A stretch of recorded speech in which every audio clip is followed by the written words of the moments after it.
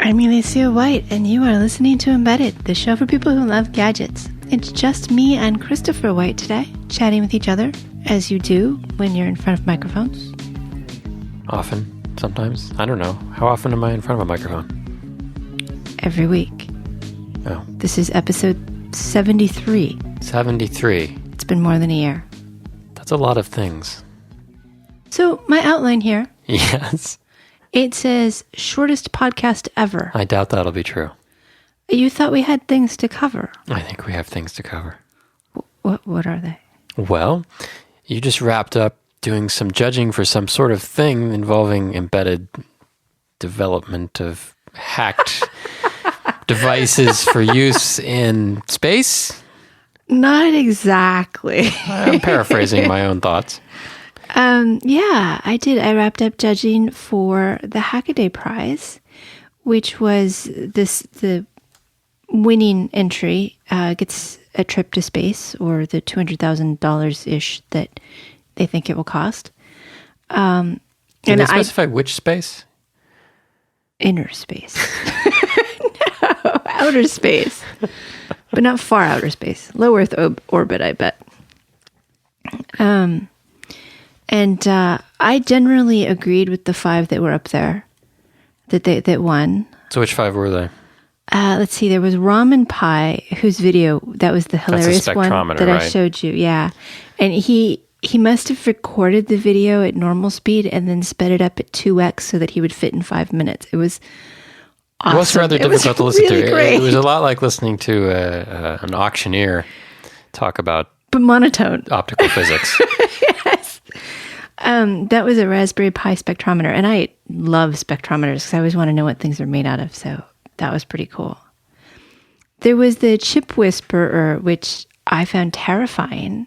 It was a way to hack your chips to look at, to decode the AES key based on power consumption. Power analysis. That was amazing and terrifying. Yes, I think that was the right word, terrifying.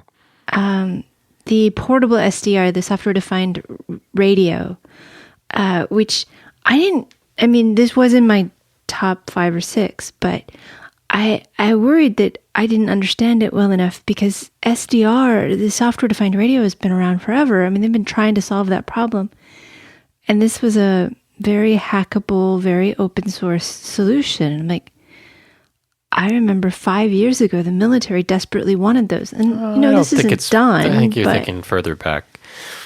I guess it was pre-ShotSpotter days. So, yeah, that was like 2004. Yeah, which is 10 years ago. Oh, my God, no.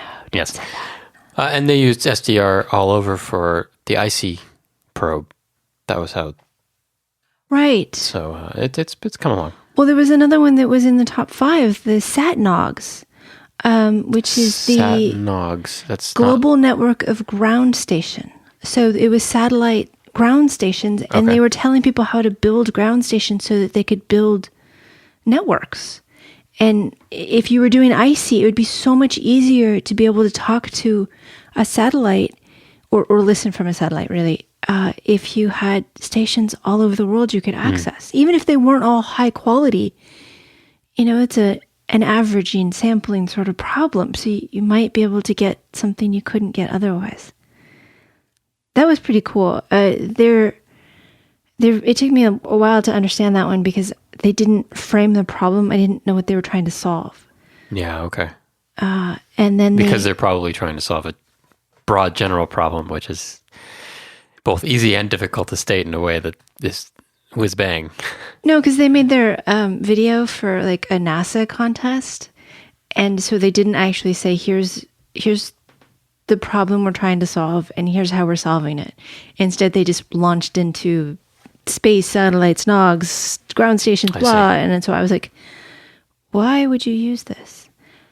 I didn't have that problem with the open source science tricorder, which was an Arduino-based sensor platform with a cute little screen that was used for educational purposes. Mm-hmm. I liked that. The engineer in me kind of cringed because nothing was calibrated, but the the science teacher in me that wants everybody to be able to have a gadget and look around and say, oh, look, that's different than this and why, and then get into the details. Did it have a Geiger counter? I don't think that one had a Geiger counter. It did have the spectrometer sensor that I showed you later. So they could identify certain materials. Yeah, that was really cool. Again, I wasn't really sure that it would be effective for a scientific thing, but it was open source and you could calibrate it if you wanted to. So those were the top 5. And there were some other ones I liked, and there were some other ones that scored highly for me, but I think those are great 5. You're happy with those? And for me, they all seem really serious. I mean, that there was nothing. There's no robot that delivered you drinks or anything. There, those could be exciting projects too. But all of these seemed to have serious purposes in either industry or a field that's actually pretty damn technical. Like Raman spectroscopy is really cool, but it's a seriously difficult thing to do. Well, one of the reasons the Raman spectrometer scored very highly for me was that it wasn't the science. The science was cool, and I love spectrometry, but what was really, really awesome was the very simple, detailed build instructions. Mm-hmm. And he took it he took you through every stage where, like, here is how it works, but I'm just going to assume you can figure out the physics yourself. Right. Here is the schematic. Here is the 3D drawing. And so step 1, you do this, step 2. And I really felt like I could build it afterwards. That was the ones, so we had judging criteria, and one of them was open source and another was reproducibility. Oh, okay. And you could be open source without being reproducible, and that felt extremely reproducible. Chip Whisperer seemed really reproducible, but it also seemed like I just buy the kit. They all were supposed to be connected, right? Yeah, and that's Hackaday kind of a loose. Didn't define that until later, but yeah, they're supposed to be connected. What does that mean? Okay, a sensor connected to my processor, that's connected. I2C is connected. But they didn't want to say it has to be an Internet of things. So I think that was a little tough on people, that they didn't define it. And then when they did define it, they didn't quite. I mean, almost anything can be connected if you have a loose enough definition. Yeah. Any sensor can be connected to the internet. I mean, the spectrometer said it was more useful with the internet, where you could look up what the spectrum was actually indicating. And Chip Whisperer, I think, was connected because it was connected to the board under test. So it was very different. Christopher just had ice cubes. If you heard that, you will know that our ongoing feud about me having ice cubes has now been broken by Christopher. That's only with serious episodes. Right. This isn't going to be a serious We're professional guests. Right. People were trying to think we do this This is my first drink in a long time. Yes. Are we going to take a picture of the whiskey bottle and put it up? That's not what I'm drinking. Oh, right. You have vodka. Anyway. So strange. I'm usually the one drinking. But there were so many, really awesome projects. And I didn't, I did it because Hackaday asked me to. Well, because Chris Gamble asked me to. And because it seemed neat. But I found out that it was very useful to me. How so? I learned a lot about sensors I had never learned about. I learned about platforms I had never learned about. I saw all of these other approaches to problems. And, I tend to be a pretty careful, thorough engineer, and I sometimes will say, no, you can't do that, when you probably could if you're willing to bend a few. That's what I was going to ask. Did you get a sense that some of these things are, let me rephrase that. Did you get a sense that some things were possible in maybe a hacky or easy way that you didn't consider Let's call it possible? A prototype method. Yeah. Yeah. Or even just in general, that some things were possible that didn't seem like, wow, somebody actually pulled this off. Well, even with in a MacGyver sort of way. Well, and the ones that are in the top 5 were beyond MacGyvery. They were headed towards products. Some of Chip Whisperer, I think, actually is a product. But they did kind of open my mind to the Lego blocks that a lot of people use. If you're not going to design your own board, and you are going to buy off-the-shelf parts, what can you do? And I knew you could do a lot, but I didn't realize you could go this far. And that was sort of mind-expanding for me. And cool. And looking at the conversations people had on Hackaday, I was impressed by the give and take. I mean, some projects were discussed in detail, and people would actually ask for, does anybody have an oscilloscope I can borrow this weekend? And I could read about people meeting up. It was just really cool. Well, I think that's what they were going for. So I think that's a success. I'm so not a joiner, a forum sort of person. And as a judge, I felt like, well, I'm not going to read all the comments, but I'm going to read a few. And no, I had a really good time because I learned so much. And I've already looked, somebody used a teensy in their project. And that made me go look at the teensies and say, oh, why didn't I know about this? There was another off-the-shelf Internet of Things widget. It just was really educational for me.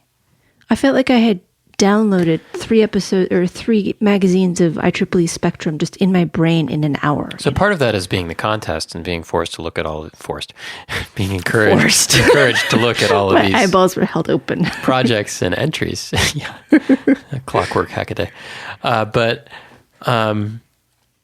do you feel like you'd go back to Hackaday now and look at projects to keep that going, to keep learning about stuff? I certainly do. I mean, after seeing that Raman spectrometer, the gears started turning on my head about what was possible in a related but different optical scanning space that I've worked on in the past, and could we drive the costs out the same way?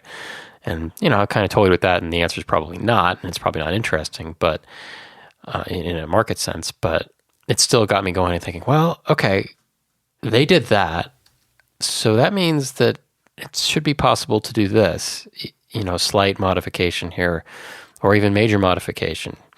Like on that project, he did 3D printing for a lot of the optical train in the mounting, which saves you a ton of money over the lab calibrated, the optical tables and breadboards that you have to buy to screw things in to put optics in precision spots. That was kind of wow, that's an amazing idea. Because you can make this precision mount for all this stuff. It's, already set up for your device. And I don't think he had a 3D printer. I think he just, sent it off to Shapeways. Yeah. So I had a question for you, and I talked way past it. It was, do you think you'll go back and keep looking at stuff between contests? I was very privileged to go from 50 to 5. And, they started out with 800. So I already had a culling of things that were not as professionally done. And I think that benefited me enormously.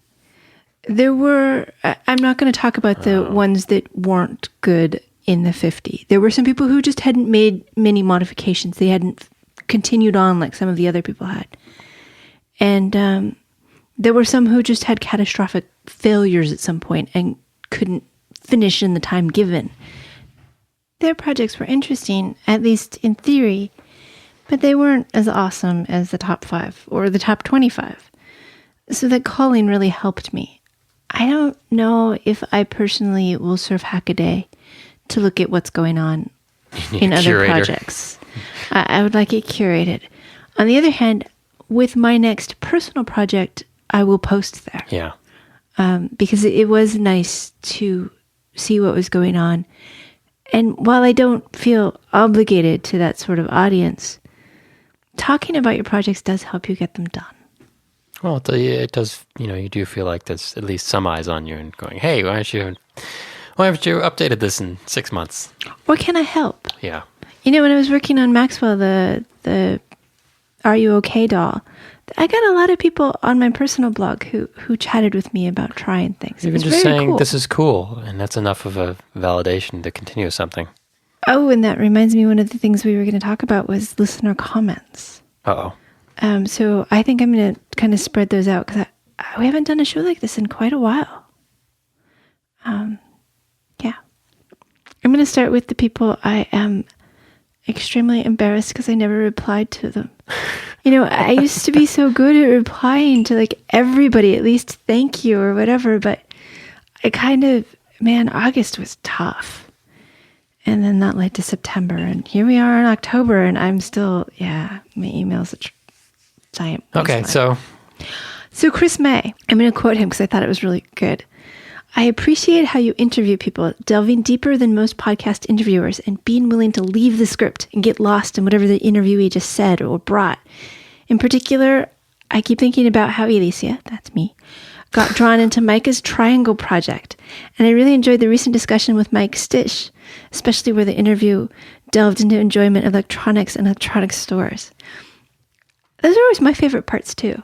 When we sometimes those are in the script, but it's when we finally stop being the professional people and start being the okay. Well, you can't find anything out. It's hard to find anything out interesting based on a series of written questions. And, usually some people are programmed to kind of answer the questions as they get them. And if you can dig a little deeper, get a little off topic, then they open up more and you can find things you weren't even sure you wanted to talk about or knew that you wanted to talk about. So, yeah. And a lot of people come on the show with a message. I mean, we're getting press passes and whatnot, so we're kind of press, and they come on, they want to talk about their project, which I totally respect. That's why I invited them on. But then you just want to chat. Yeah, well, that's what it's for. And everybody in this industry has a different perspective on all aspects of this industry. So it's good to get perspectives outside of, hey, so what are you working on? Tell me about it. And yet that's what I like. I mean, that's why we started the show, is so that I could walk up to people and say, so, hey, what are you working on? Because I do like to hear about the projects. Yeah. It's funny that now that's something I want to talk about, but I also want to get to the comfy part. And it's funny that I guess this goes back to media training. Some people don't ever get comfortable because they're like warned that the media will take them off topic or they'll have bad quotes. Get gotcha'd. Yeah. And other people don't get comfortable because they've never had any media training and they're nervous the whole time. And so there's this set of people who've had enough. They come on, they give their message, and they get comfortable, but not so much that they have to stay on message the whole time. Well, there are people with too much media training. Of course there are. I mean, if we had the President of the United States on, I am certain he would never start giggling. And the giggling is my favorite part. Look, let me be clear. Oh, I see. My answer to this question. Thanks. Will not answer your question.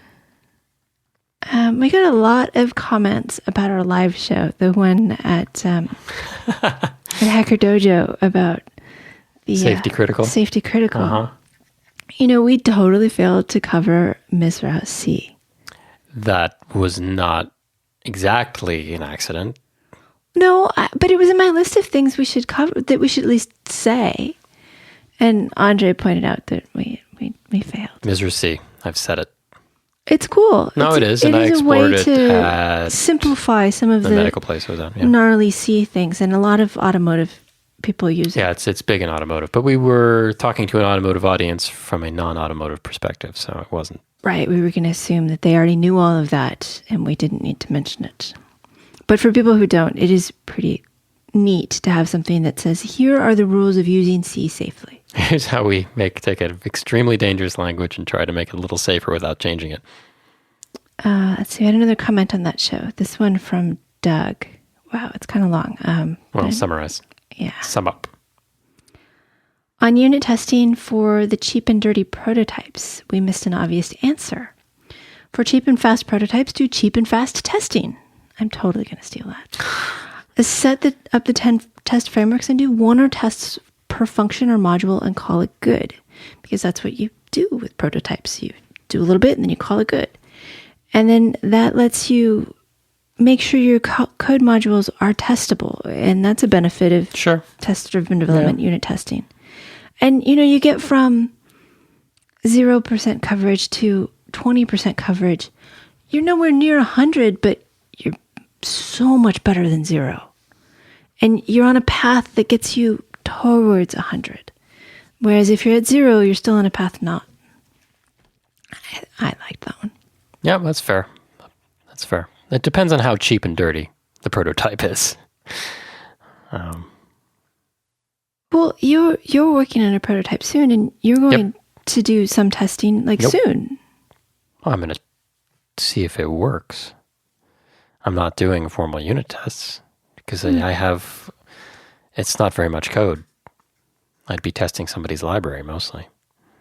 I mean, I have a UI. I have a data acquisition object that talks to a board that has 2 accessor functions.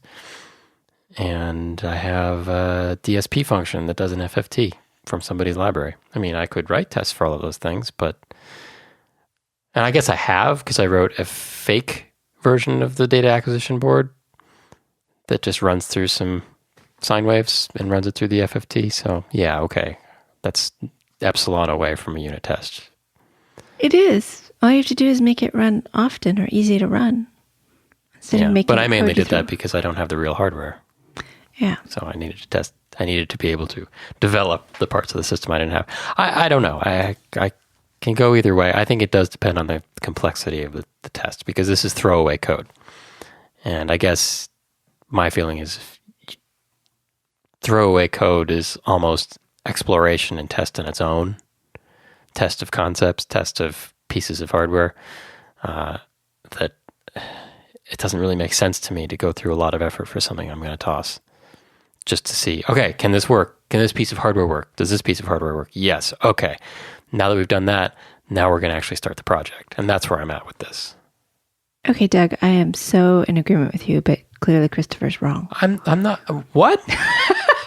I'm not saying I disagree necessarily, but I'm saying, do you understand what I'm saying? I do. I have 3 pieces of hardware. I want to see if the hardware works. So I'm actually writing tests for the hardware. Should I write tests for my tests? No. That's what I'm saying. I agree with you. Yeah. And I just think that you're going to be building a lot of software on top of this. And right now you are already writing software takes the hardware out of the loop. Once the proof of concept is done and they say, yes, we can do this application, then it'll go through a more rigorous development process. But at this point, it's a stage of, can this thing even work in the idea that we have? And if it can't, there's no point in... Well, and that's not a 2-year development. No, it's a 2-week development. Right. I have so 2 weeks. It's not like you're going... And somebody's already set the demo date for middle of next week, and I started last week. So I'm not going to do tests for this code. You've already done tests for this code. Just saying, there are circumstances where you got to move really, really, really quickly.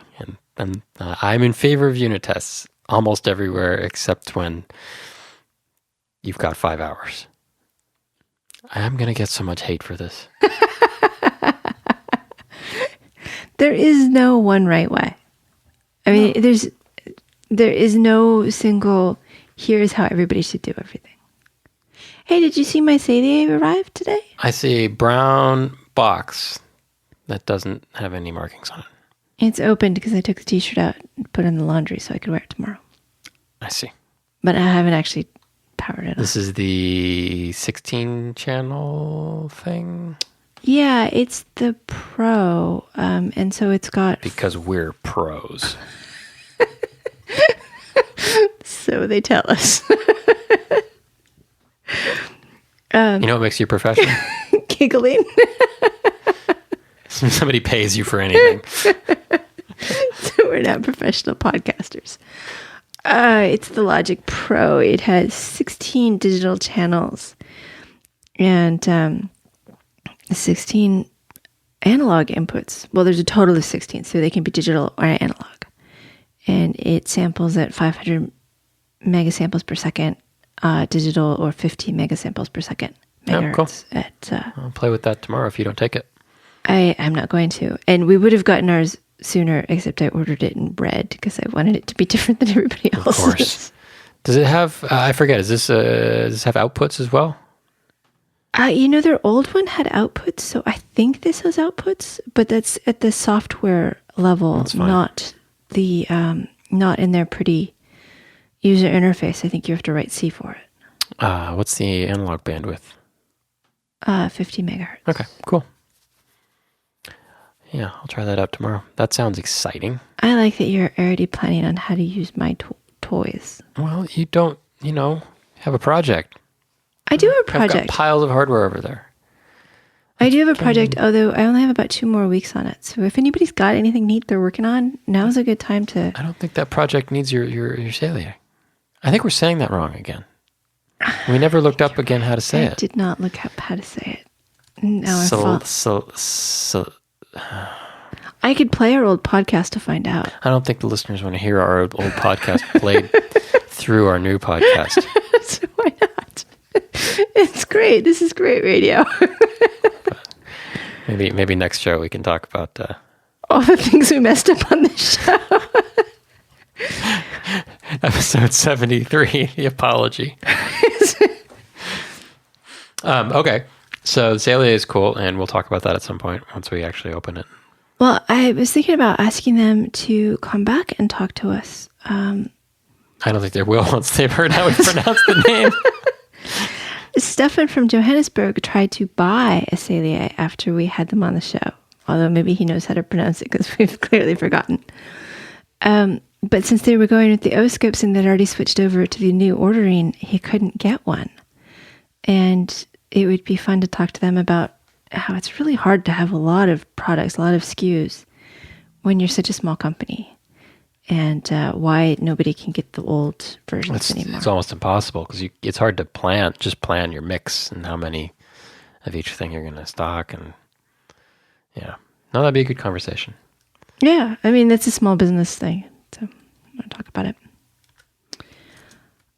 Let's see. What else is happening? Other people who've been on the show recently, Darma, the cushion people. Right, so they had their Kickstarter. Yes, and it went nuts. I mean, crazy nuts. They were trying to raise, I forget how much? 40K. 40K, okay. And they cleared that the first 24 hours. I mean, first 3 hours, I think. And now they're at 200K with 20-ish days to go. That seems like enough. Yeah, it does. I wonder if they undershot what they really wanted so they could be over. Or that's interesting. I mean, it does suggest, it's kind of like pricing your stock, right? When you go way over, it suggests that you set your goal wrong. But I don't know how the psychology of Kickstarter really works. If you set it too high, will people not give any money because they think, well, it'll never make that? Definitely. If you set it really low, it doesn't hurt you. Well, it hurts you if you set it so low that you can't actually build it.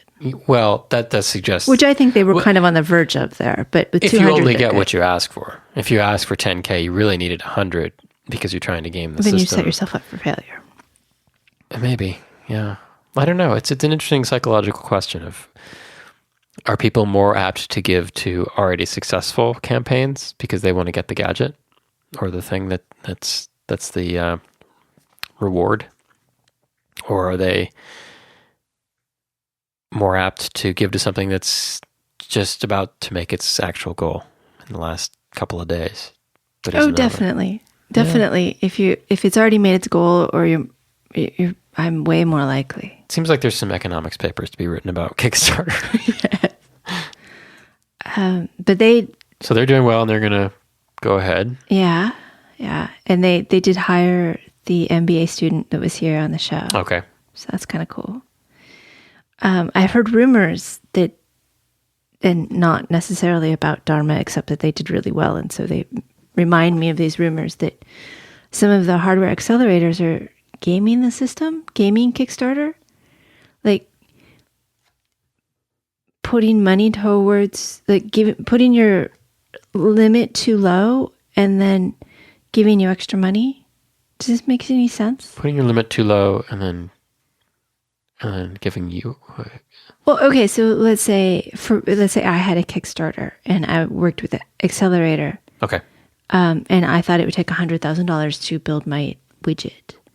And then I'd go on Kickstarter and ask for $60,000, and they would go ahead and put down like $20,000 immediately with a promise for the other $20,000 later, so that my Kickstarter did better. In order to, that first 24 hours. So somebody, a ringer is buying. Yeah, a shill. Yeah, a shill. A Confederate. I don't know if that's true. I hope it's not, but it seems like Kickstarter would want to fight that kind of thing. So, yeah. I think if they found out about that, they would be very unhappy. I mean, Kickstarter is one of the ones with somewhat strict rules, so I'd be surprised if... It's no Indiegogo. I'm the one drinking. Really? What's that over there? Oh, I missed that. Speaking of hardware accelerators and Kickstarter, Craig Sullender, the camera guy, the machine vision camera guy, he had that project he was working on called Peep. That was the front door camera, Internet of Things camera. Yeah, and so you could see who was at your door, whether you were there or whether you just were too lazy to get off the couch. He went to Highway 1, which is here in the Bay Area, another hardware accelerator, very like Hackcelerator. And it sounded like it was intense but educational, which is kind of cool. We should get one of the Hackcelerator people on, or the Highway 1 people. What is it like from their perspective? And, advice to people who are looking to get into accelerators, I think. Yeah.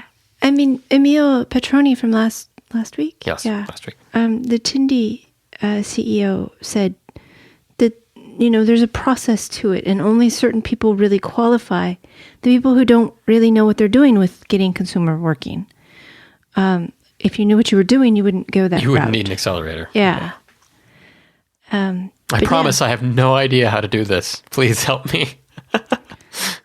So if you're interested in that, there's a Kickstarter for his Peep coming soon. It isn't quite up yet, but I suspect that accelerator helped. Other Kickstarters, Light Up, who's been on the show twice. They say they're shipping soon. Really, really shipping soon. We're going to have them on again, aren't we? So, how's it going? Shipping soon. They've had a lot of problems with just getting things moved from one place to another without getting interfered with by customs. It's such a cute project with teaching electronics. Is there a specific problem with their stuff, or just not knowledge of how to manage it? This is why you go to a hardware accelerator, so that you figure out how to manage all these things. I thought they were involved with an accelerator. Yeah, they went through Hackcelerator. Yeah. But it's still, moving atoms from here to there is not as easy as moving software electrons from here to there. I guess. It just seems like that should be a streamlined process at this point. There's enough companies making stuff in Asia. Everybody's making It seems like the different. CM should actually deal with most of that for you. But I have no idea. Never done it. Don't plan to. Yeah, that's always been kind of a barrier for me. People say, well, are you going to make your own company? And I'm like, I don't want to devote my entire life to that, even for 2 years, because I think that's kind of what it takes. Yeah. And B... We've already done that, though. We've been at startups and devoted 100% of our time. Yes. We've been through that ringer a couple times and for other people's companies. So it's hard to... Well, I always thought that if I found an idea I fell in love with, I would do it. Yeah. Now I'm just not that excited about shipping products. I'm much more excited about helping other people ship products, which is to say, I don't want to deal with the logistics of production. Well, you hire people who know how to do that. Yeah. We talked about hiring a summer intern this year, and we didn't do it. It's a little different. A summer intern isn't, we don't have anything for them to do. Really? Some organization that could happen.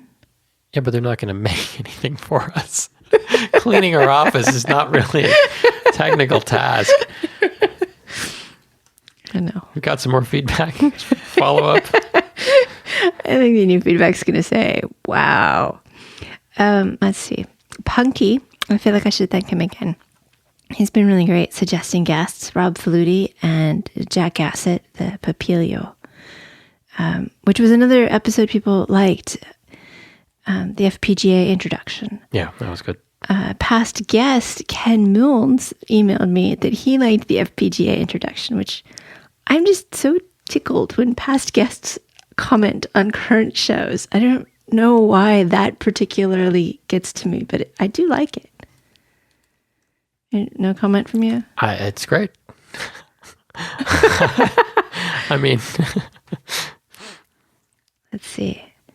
We got a really nice note of encouragement from Frank in Belgium, maker of the, I don't think that's right. Oh, no, okay. Yes, we got a nice note of encouragement from Frank in Belgium. We also got a nice note of encouragement from Dawn, maker of the iSnooze remote, useful for people who are listening to podcasts as bedtime stories. Oh, that's important. I do sometimes. And he made a Hackaday project to tell when the local tennis court is free. And I really liked that he's sort of crediting us with the inspiration. And I'm tickled because I do like to share the enthusiasm. The only thing we get is feedback, so. Yeah. Someday we'll monetize this puppy and be billionaires. I think it's worth dollars. Whole dollars, not just partial not fractional dollars. I bet we should get advertisers on here for 10, maybe $10. 10 unitless. Unitless. Yeah. So lots of really nice comments. Justin had nice comments, and he also wanted to know about more coding techniques in embedded software. I felt like we should do a serious show about that, and then we did this instead. Well, we need one more person for that. Well, he specifically wanted to know about the ARM Cortex-M series, which definitely need one more person for that. I really like, and I would like to talk about CMSIS and the compilers and the options and this and all these things. But the business cards from the people at ST didn't actually go anywhere. Well, maybe they did. They just didn't reply. Oh no, it's them. Run. Yeah, exactly. I met her at a conference. Just don't even reply. She'll want you to talk on her podcast or something. So if anybody knows somebody from ST, I would want to listen to that episode because I'm using that stuff right now at a high level, but I don't know anything about it except as a user. So that would be. Yeah, no, I've used it a lot. I can read the assembly, but I sometimes, I still have questions. So yeah, I'll keep trying to poke. And if anybody has a suggestion for a good person who could speak to that would be great too. Particularly if you know the person. If you just know of the person, then, I'm kind of in the same boat you are. So, and I'm trying to get a show together about ageism in tech, which is related to a comment sent to us about a year ago.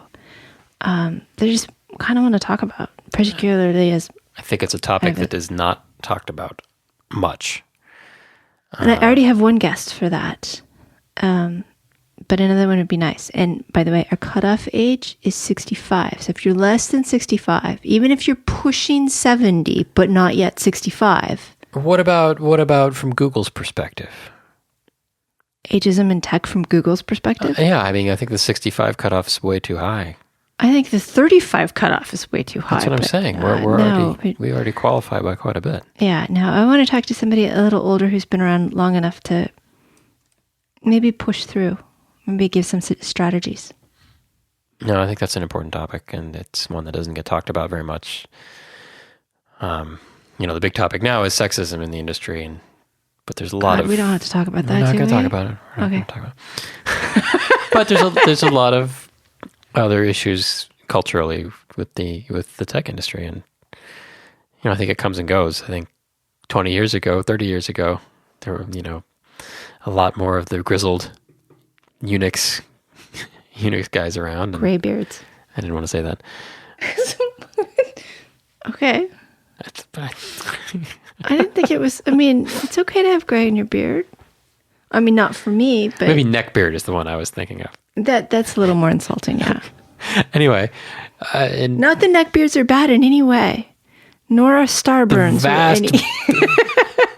The vast bolus of young people who came through computer science in the early 2000s, or the even people the 90s. who are making up the industry right now. So, but I am such a better engineer now than I was then. Oh God, yes. But I think that's topics for that show. So if you know somebody who might be good on the show, drop us a line, show@embedded.fm, whatever. Whatever. Shout loudly out your window. Show@embedded.fm or hit the contact link on embedded.fm. I'll do the whole spiel at the end. They know. Okay. I have final thoughts. They all come from Winnie the Pooh this week. If you have feedback for this episode, send it to show@hell.org. Send it to Chris Gamble. Yeah, we did have Andy is a listener. Actually, I know Andy because I worked in the same building. I worked for a company he used to work for. And he pointed out the Amp Hour episode with Trey German was about TI processors. Okay. And I haven't listened to that because I've been very late on my podcast listening because I got a couple books on tape. Well, books on MP3. Tape? No, there's no actual tape involved, but, This one's about edible bugs. It's kind of cool. The feedback or the book on tape? The book on MP3. Oh, I thought you were moving to the next feedback and it was about edible bugs. No. Do we have more feedback? One more. Mason suggested we talk to Parallax, and that is coming soon. I do want to talk to them. I want to talk to them about their open core, about their mini cores, about the propeller. Yes. Yeah, it's all the stuff. So I'm hoping that will work out soon. It was one of the first sort of home project devices I used was a basic stamp. I think that's true for a lot of people. Because it was available. Yeah. Now we think about all of these Arduino and things. The basic stamp was the way to go before we had all of this. I wonder why I didn't continue to sort of hold that cachet. We'll add that to the list of questions. I'm sure they'll enjoy that question. So why didn't you take over the hobbyist market? Why do you not have world domination at this point? Let's see, other people that we've had on the show, we have kind of exciting people sometimes. I know. Ken Lund, talking about exciting people, but not necessarily one of the most exciting shows. It was an important show about a difficult topic. It was about internationalization in embedded systems. And I ended up like ageism, doesn't get talked about enough. It doesn't. I had to listen to it 6 months later because I had to actually do more of it, and I had forgotten enough. And I was walking to Starbucks or whatever and listening to it. And even as he was talking, I was like, right. And then of course my voice would ask the next question. It was kind of surreal. Gosh, I wonder why. Well, in that one, I promise at the beginning we're going to get through all of these things, like A, B, and C. And then we get through A and B, and I'm like, ready to listen to C. And instead I say, and now for C. Oh, but we're out of time. Goodbye. That's very frustrating. It was so annoying. Why would you do that? I don't know. But Ken Lund sent me email. One of the big questions with internationalization in embedded systems, particularly Asian internationalization, is the font. Making your own font is way too expensive. And now there is an open source Pan-CJK font. Okay, cool. And I am excited. It makes so many more things easier. Yes. I think they partnered with somebody, but yes. Hey, we have a link for the show notes. I have a few links, yes. I know. Other people we've had on the show, EMSL, the Evil Mad Scientist Laboratory, Lenore was on the show. They have a bunch of Halloween posts, and I know they put these up every year, but every year I'm like shocked at how cool they are. The Cylon pumpkin is, we have to do that. They're having an open house coming up soon too. Oh, they are? Yeah. Do you know when?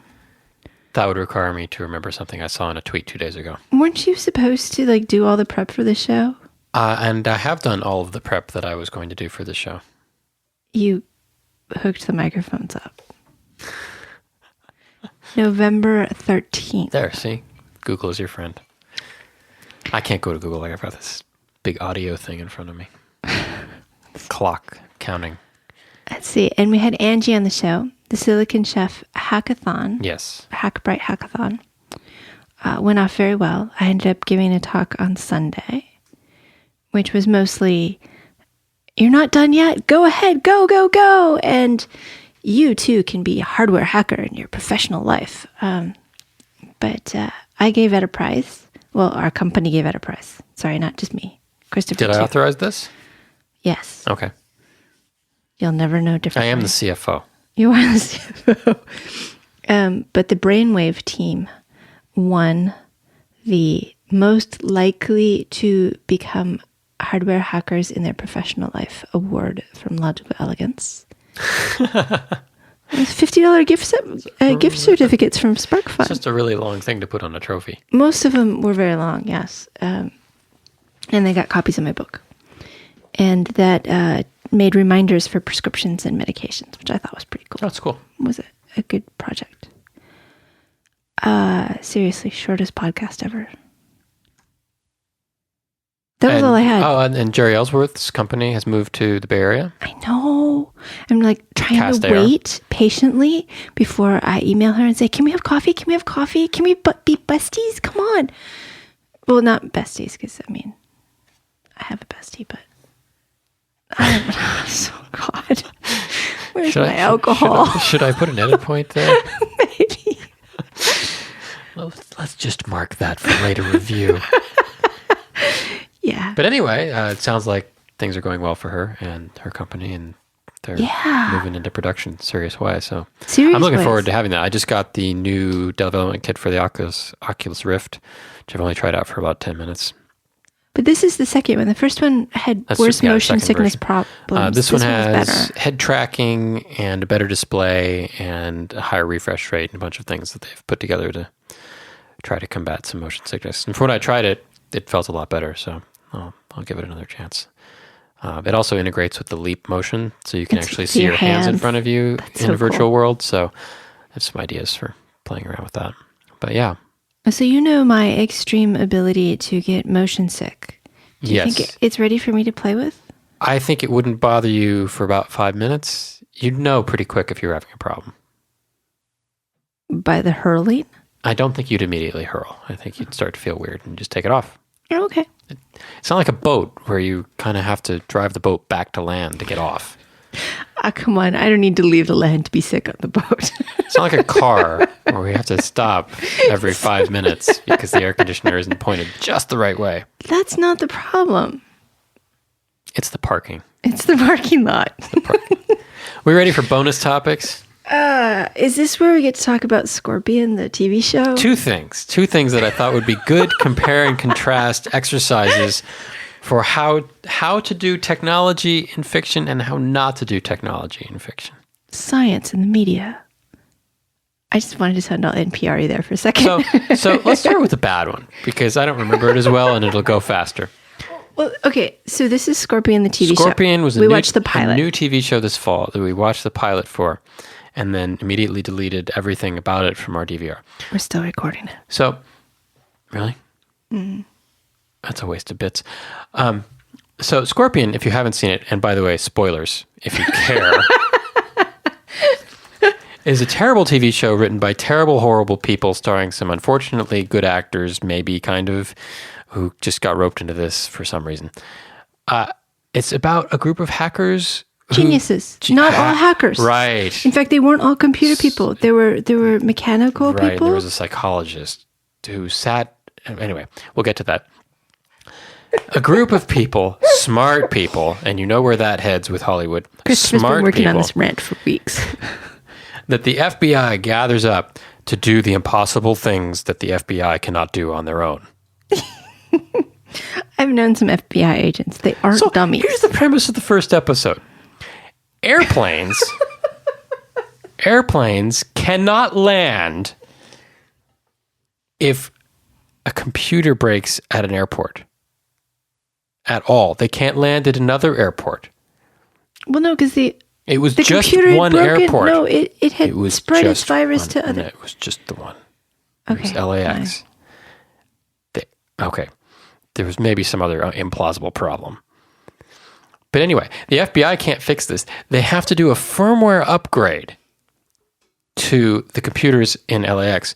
And I forget why, but they couldn't do it to the computers at LAX.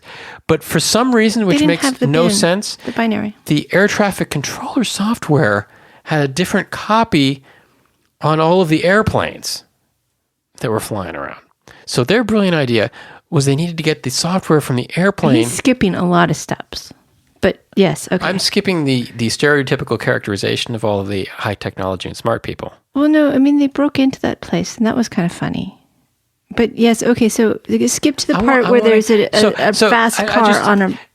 The only way to get the software was from one of the airplanes. And since they didn't have any radios on the airplanes that worked anymore, even though radios on airplanes are kind of analog things. And for some reason, cell phones could only nothing worked.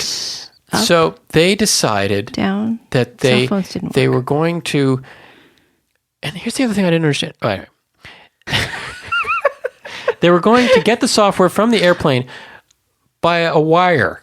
No, they were going to do it wirelessly, and then they determined that it wouldn't transfer fast enough due to wireless interference, wavy hands. Okay, I'm going to put a pin in one little thought here, and I'm going to come back to it. So my hand up here is this pin. Never going to come back to it. So in order to do this, they decided, for whatever reason, they decided that the only way to get this software was to download it to a laptop from an airplane via an Ethernet cable while it was flying at low altitude, and I'm talking 10 feet above a runway at 200 miles an hour. And so they got a Lamborghini which was just sitting there. It was kind of cool that it was just sitting there. Stood up in the Lamborghini convertible at 200 miles an hour. At 60 miles an hour.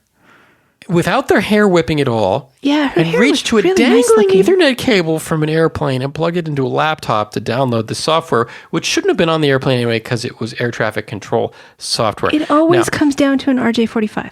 It always comes down to a wired Ethernet. They were going 200 miles an hour, and that scene was at least 5 minutes long. Which means that the runway had to be like 6 or 7 miles. Once when I was in a car going 180 miles an hour, I knew how fast we were going because that was how long it took to get around a 2-mile track. I mean, we timed it. It was just based on the time. Okay. And it wouldn't have taken 5 minutes now. Yeah. Here was the real pin. That was an auxiliary pin. Why couldn't that plane have landed? It was already 5 feet off the ground. Over a runway. It was a municipal runway. It wasn't the big LAX runway. I see. It was a different runway. So the runway was not long enough for the airplane, but it was long enough to go 200 miles an hour over for like 5 minutes. This is what it's like watching television with Christopher, just so you all know. Only if you're inside my head. I'm usually very quiet and respectful. So besides the completely stupid writing. Well, there were some good parts of the show. What? There were. I really liked the characterization of the geniuses as people who were forming a team. Were in a fight. And I liked that the waitress had a genius son who she thought was developmentally behind, but was in fact so focused on his internal world. And so these geniuses were going to help the mom communicate with the son. And I liked that bonding of technology and humanism. I liked that part. I thought it was cute. I thought it was a cute world-building premise. The whole planes will drop out of the sky at any minute because they don't have the right software was bogus. And the whole Ethernet cables from the plane was extremely bogus. But I liked the people part of it. But you're just looking at me like I thought they were standard cookie-cutter nerds from Central Casting Nerdland. You had your anarchist nerd, you had your sort of autistic nerd. You had But your they had a socially nerd of challenged each nerd. flavor. You had your slightly sexy nerd who wouldn't take any guff from a man.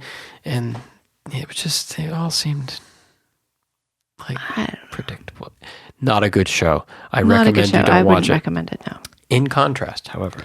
In contrast. I Christopher gave me reading before this homework podcast. assignment. He gave me a homework assignment. I and you both have completed a novel this weekend.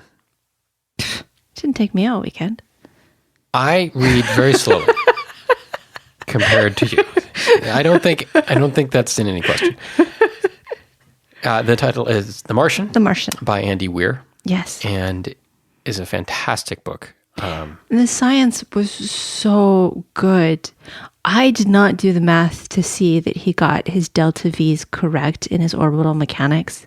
I trusted him by that point. But that makes it sound really boring. I know, but it wasn't. But It totally wasn't. He took really technical topics, technical things, activities. And we should back up and say what the book's about in a second. But why? Let's just talk about it first. the science in it was not in a dry manner. It was always interleaved with stuff that was interesting. It wasn't such that if you didn't know anything about science, you'd find it boring. In fact, it might kindle some further investigation. Anyway, the book is about an astronaut who is stranded on Mars, and basically it's his story of how he survives and tries to get back home. And it was really good. I mean, I wrote NaNoWriMo novel and it was really bad. It was not like this. It was bad. But one of the things that I did in my person with resume remarkably like mine ends up in space and has to communicate. I was like, I don't know Morse code. And I wouldn't necessarily learn Morse code. On the other hand... Spoilers, by the way, possibly. I know the ASCII table. And I know what hex 40 is. And I can totally do it from there. Yeah. And I think ASCII is the new Morse is fine with me. ASCII is the new Morse. But, it was a novel. It's fiction, obviously. But it had really good characters, really good humor. I thought that was the other really cool part. Really good humor. Excellent science, and then he had great humor and good comic timing.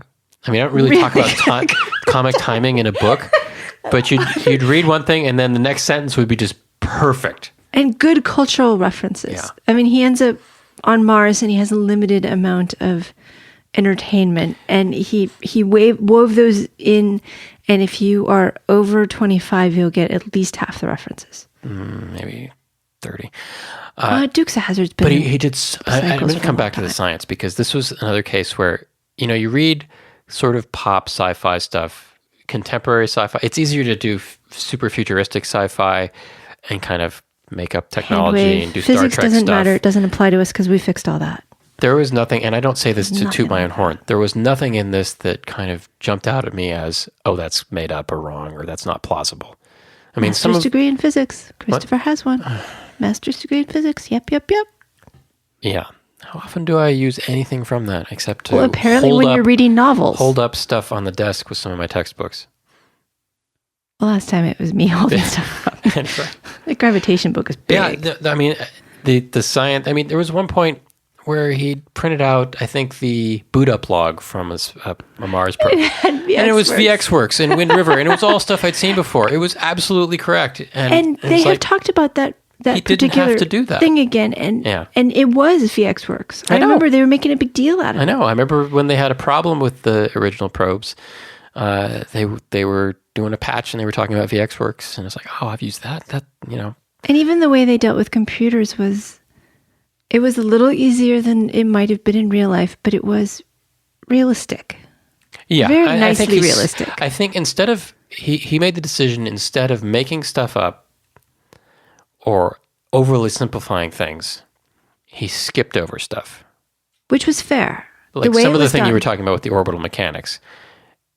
It was clear to me what they were doing, what the astronauts were doing, and that they were probably doing it correctly, but he didn't go into details such that you could say, oh... that's not going to work, like gravity. But he did actually give the numbers. I think you could prove that it did. I believe he did the math. In some of the parts, yeah. In some of the parts, he gave some indication that he'd actually thought about it. But it wasn't like gravity physics, where you just point at the spaceship you want to go to and you go to it. So I really, really enjoyed it. Would love to actually talk to that guy on the podcast. And ask him to be on the podcast. And, I think there's room for fiction that has a heart, but still has technology in it and gets the technology right. And I can't think of another example of a book that had so much science in it that was so well researched, and that was fiction. There was so much near-term science. I mean, I read Lock-In, Scalzi's new book, and you haven't yet. Mm-hmm. And they dealt with computer security in prosthetics. Okay. And they did a really, really good job of saying, and they don't say it directly, but anything that is valuable needs to be updated faster than hackers can hack, because anything that is valuable will be taken over. Right. That's just life. And so you have to stay ahead of the curve. And I liked that somebody was thinking about that, but I didn't think he went far enough. But that was just me, because I've been all like, what can hackers do right now? The one thing I was thinking reading this book was and this is going to sound weird, but it was a good thing that I didn't read it at a younger age. Because you would totally have gone into the space program. I would have gone into the space program. You know, it's a book about somebody getting trapped on Mars. I wouldn't have gone that far in the space program. I would have helped somebody else trapped on Mars. Oh, I'm going to be seeing Amy Button, the Mars One person who was on the show. I'm going to be seeing her in a couple of weeks. I will totally ask her if she's read that book. I think she should read that book. Anybody who's thinking about going to Mars, and I know that's a lot of you, Elon Musk, should... if Elon Musk listens to the show, we'd like to have you on the show, too. Right, yeah, I think that's going to happen. I would totally giggle and say, please, please, please. Anyway, so to sum up, do not watch Scorpion. Read The Martian. Martian's actually going to be a movie. Ridley Scott is directing it. I think Matt Damon is cast as the... You know, when you told me that before I read the book, I was like, no. But now that I've read the book, he might do okay with it. Yeah. He needs to have some good comic chops, and I think Matt Damon might be able to pull that off. Either him or the guy from Brooklyn Nine-Nine. No. I'm kidding. Well, Terry? Oh, God. Yes, Christopher and I do watch some television. Just going to punch Mars. Yeah, so you had a list? I think we've exhausted it. Oh. Unless you wanted to talk more about stuff. Things and stuff. All right. Well, after several really good shows, it's nice to take a break and talk amongst ourselves. With nobody listening. Yeah, so if you are still listening, feel free to drop us a line. It is a show at embedded.fm, or hit the contact link on embedded.fm. Or tweet at embeddedfm. Or Logical Elegance, which is me. Or Stony Monster, which is me. Which is a really good story. You should totally ask about that. Not in 140 characters.